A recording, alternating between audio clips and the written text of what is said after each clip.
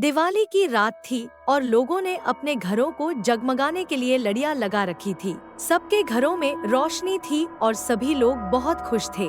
सब लोग अपने घरों के बाहर पटाखों का आनंद ले रहे थे। लेकिन वही एक घर ऐसा भी था जहां अंधेरा छाया हुआ था। रोहन की बीवी सीमा और उनके दो बच्चे पिंकी और चिंटू घर में उदास बैठे थे। तभी पिंकी बोलती है, पापा चलो ना बाहर, हम भी दिवाली देखते हैं। कितनी रोशनी है, चलो ना। मेरे सब दोस्त कितने खुश हैं।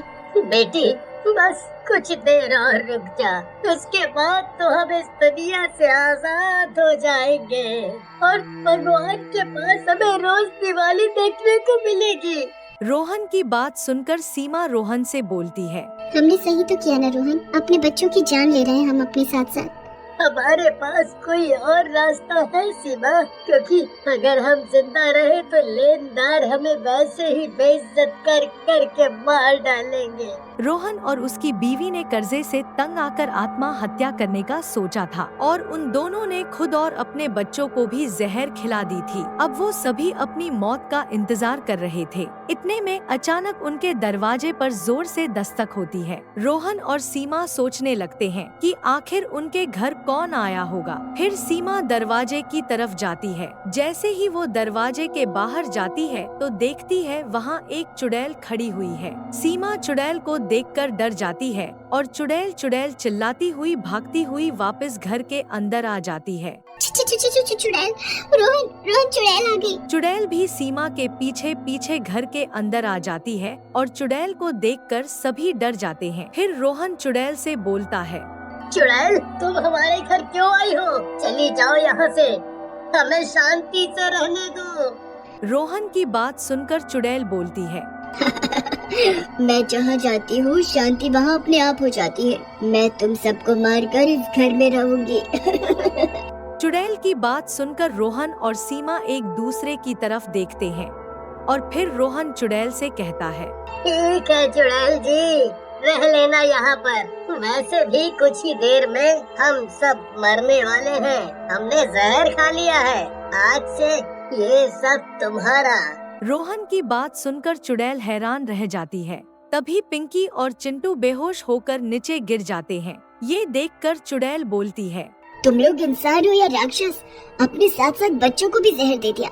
मैं इन्हें ऐसे नहीं मरने दूंगी। ऐसा बोलकर चुड़ैल अपना हाथ आगे करती है और अपने जादू से बच्चों को फिर से जिंदा कर देती है। ये देखकर रोहन गुस्से से चुड़ैल को बोलता है, क्यों मरने नहीं दिया इन्हें? हमारे बाद इनका क्या होगा? कौन पालेगा इन्हें? चली जाओ, चली जाओ। चुड़ैल अपना हाथ ऊपर उठाती है और अपने जादू से रोहन और सीमा को भी जहर से मुक्त कर देती है और फिर बोलती है, क्या हुआ रोहन, क्यों तुम आत्महत्या करना चाहते हो? आत्महत्या तो करना पाप होता है। ऐसी क्या परेशानी है तुम लोगों को? फिर रोहन चुड़ैल को सारी बात बताता है। रोहन की बात सुनकर चुड़ैल रोहन से बोलती है, भला इतनी छोटी छोटी बातों पर कोई मरता है क्या?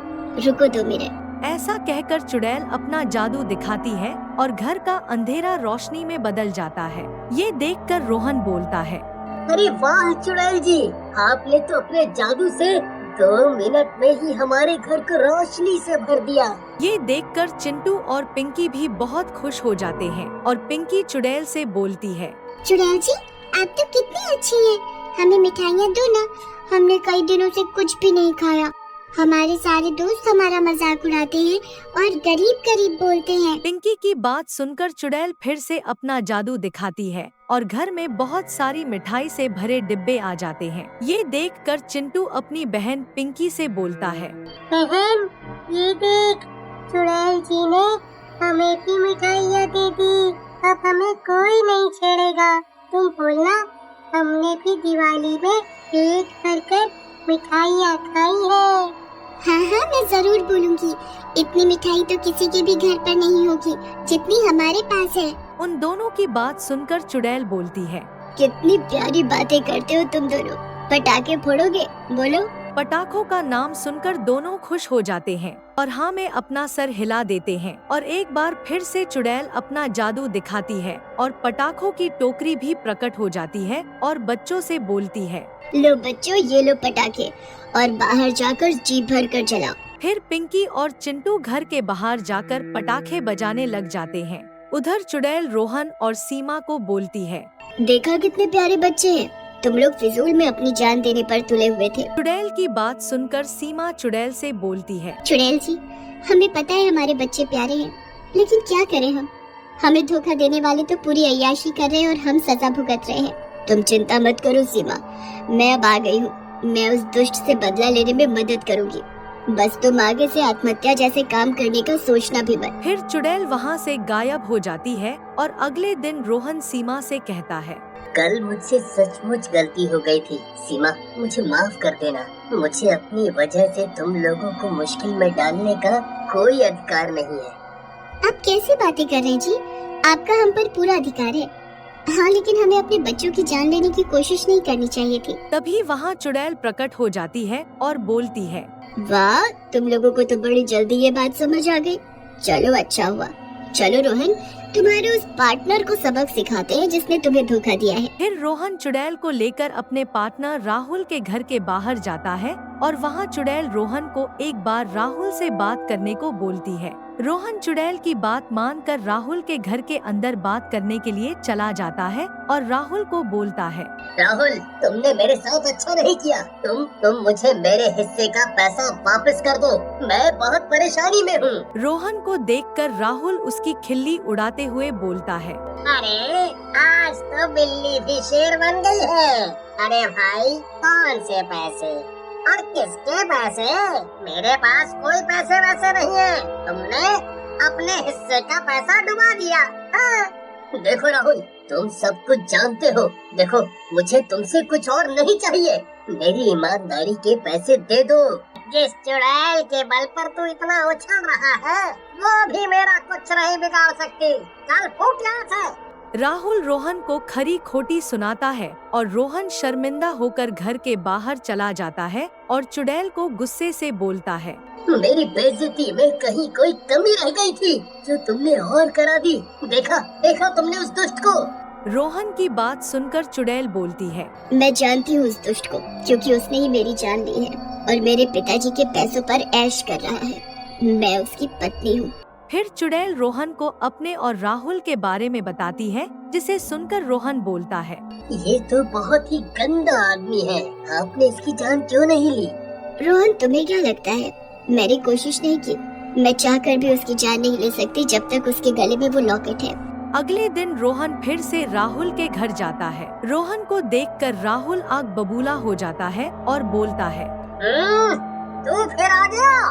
चला जा यहाँ से, नहीं तो यहीं मार डालूंगा तुझे। राहुल को गुस्से में देख रोहन बोलता है, गुस्सा मत करो राहुल, मैं यहाँ से जा रहा हूँ किसी दूसरे शहर में। बस आखिरी बार तुमसे गले मिलना चाहता हूँ। आखिर तुम भी मेरे पार्टनर रहे हो। बहुत जल्दी अकल आ गई तुम्हें। आओ।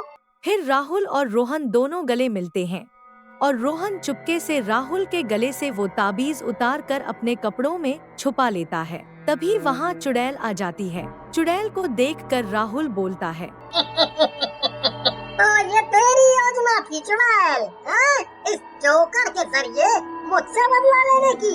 लेकिन जब तक ये लॉकेट मेरे गले में है, कोई मुझे छू नहीं सकता, समझे? ऐसा बोलकर राहुल अपने गले की तरफ नजर मारता है और ताबीज को अपने गले में न पाकर हड़बड़ाहट में बोलता है, मेरा लॉकेट कहाँ गया?